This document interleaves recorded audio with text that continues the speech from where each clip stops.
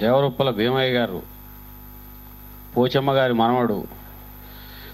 మాకు నిజంగా మనందరం అంటాం మా నీళ్ళు మాకే, గదరన్న అంటే కింద నుంచి అవును మా నీళ్ళు మాకే అంటాం, కానీ చాలామందికి టీఎంసీ అంటే తెలియదు.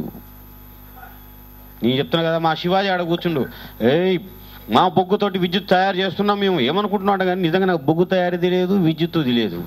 ఈ చాలా ఉంది. నిజంగా నాకు మంచి పాఠం చెప్పారు మనందరికీ, అది సంతోషం. విషయం ఏంటంటే నాకు తెలిసైతే నాకే కాదు నాలాంటి వాళ్ళు ఎక్కువ మంది ఉంటారు, లెక్కలు రావు. చాలా క్రిటికల్ అంశం ఏంటంటే లెక్కలు వచ్చిన వాళ్ళంతా చాలా గట్టికులు ఉంటారు. లెక్కలు వచ్చిన వాళ్ళందరూ కూడా మొత్తం సమాజం మొత్తాన్ని కూడా ఎక్కడ ఉందంటే లెక్కల్లోనే ఉంది. అది కేఎల్ రావు లెక్కల్లో ఉంది కాబట్టి నాగార్జున సాగర్ అట్టించి అటు కొట్టకపోయిండు. కాబట్టి ఈ లెక్కలు తెలిసి ఉండాలి ఫస్ట్. విద్యాసాగర్ గారికి ఈ లెక్కలు తెలుసు కాబట్టి కేసీఆర్ గారు వదిలిపెట్టకుండా పట్టుకొని ఉంచుకుంటూ అప్పటి నుంచి ఇప్పటి వరకు.